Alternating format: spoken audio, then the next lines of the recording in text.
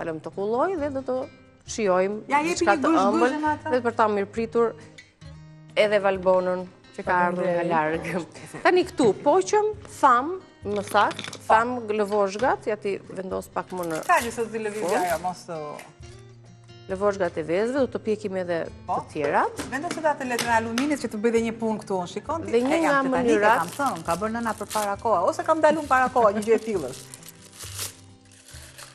Okej. Si që vepron besoj edhe...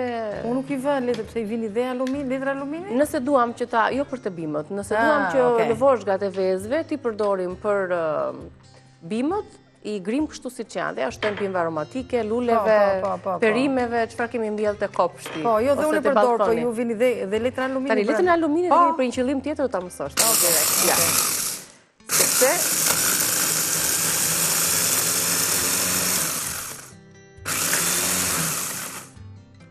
kur gatuajmë, sidomos ato grillat që po thua, në Amerikë, nga shpërsia që ka, por edhe nga vetia gryese që ka, përdoret tomas me pak letrë alumini për të fërkuar ua nuk e dija këtë gjë. Sepse ju atje në Amerikë mendoni se i dini të gjitha. Jo, nuk e jon. Jeni vend i vogël, po dim shumë, ja. Shiko, nga ju e kemi marrë, nga këte i kemi marrë të gjitha. Ja. Shiko, prandaj dhe e solla të tillë. Këto janë shumë praktike. Po. Ideja është që të largohemi pak nga ato kimiket, nga përbërësit kimik të detergjentëve. Këtu pjesa tjetër tani. Këtë pjesën e lëvozhgave të vezëve e kishe lexuar, e kishe dëgjuar, por na kishe ndjekur ne. Tregohet sinqert. Të vërtetën thon, ja? Të vërtetën faktikisht nga që kam kopsht, unë lexoj shumë, që të di. Edhe duke lexuar një ditë në internet, e lexova këtë gjë që i bën mbi lëvozhga e vezëve. Tani ai kopshti të merr kohë apo jo, sepse je edhe është vërtet, si janë punët në Amerikë, sa orë të marrin edhe sa kohë larg shtëpisë si e menaxhon ti edhe koprin, se do 12 ti punosh, ti uitësh. Ja, do ta shpjegoj. Unë nga që e kam ndërtuar vetë kopshtin nga fillimi, jam munduar të ndërtoj një kopësht që të jetë, si themi, low maintenance, që mos e ketë shumë gjëra. Po puna më e madhe është në pranverë dhe në vjeshtë, se ne kemi dimër shumë të ftohtë. Që në pranverë ka një çik punë, po mos u habit kur them që mund ta bëj kopshtin në orën 9, 10, 11 të natës. Ashtu ë? Që të jetë gati, Po, gjithë ajo. Shikon? Tamam, sa mirë. Kështu ti keni tenxhere, tiganat. Gjithë ai ka të gjitha, edhe gatimin edhe pastrimin. O, më te guri që bën xixa.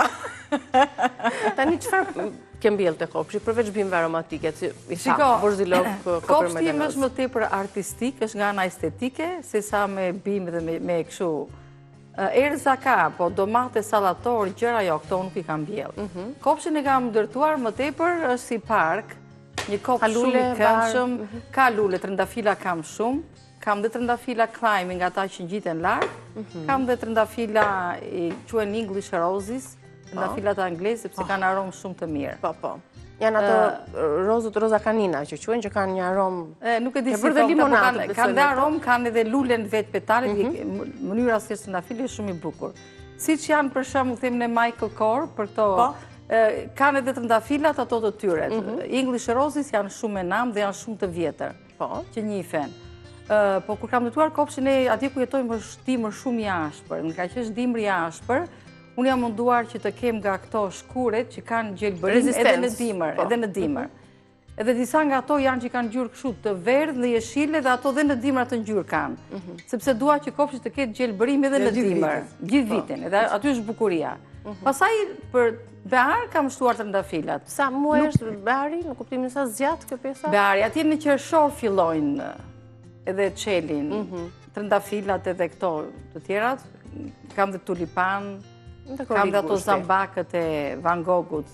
Është dhe një terapi, të merresh me kopshtin, të merresh me lulet. Është terapi, është lodhje, është vërtet, është lodhje.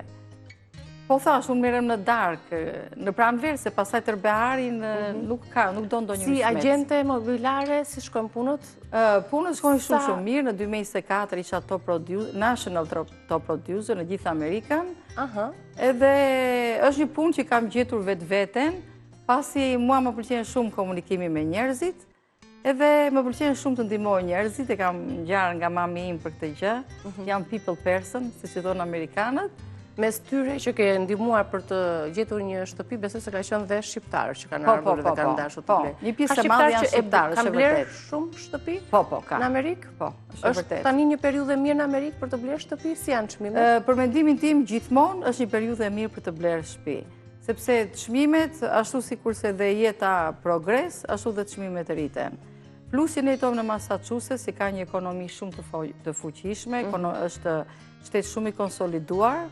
Edhe ky është një shkak që preferohet shumë, është një nga shtetet më të fuqishëm të Amerikës, mund të jetë, të thënë qoftë se janë 3 shtete të fuqishme, Massachusetts është një nga këto shtete. Ne kuptova. Po kështu shtëpi me shkëmbime bëni juve apo jo? Nuk e kisha dëgjuar këtë si që të... Jo, t'ju japim të Tiranës dhe t'ju marrë... Ne përfunduam me gatimin, të falenderoj shumë. Edhe një falenderoj shumë. Edhe shumë suksese me librat, me punët, me dëshira pasionet që ti ke. Shumë faleminderit që më ftuat, dhe ishte kënaqësia ime. Tava e kosit është në furrë, unë nuk po shkoj sot, se kam përdëme. Rikthehemi me Reze Dielli, pas pak me bisedat tona. Ju përshëndesim nga kuzhina dhe mund t'i gjeni patjetër recetat tona në kanalin tonë në YouTube Reze Dielli.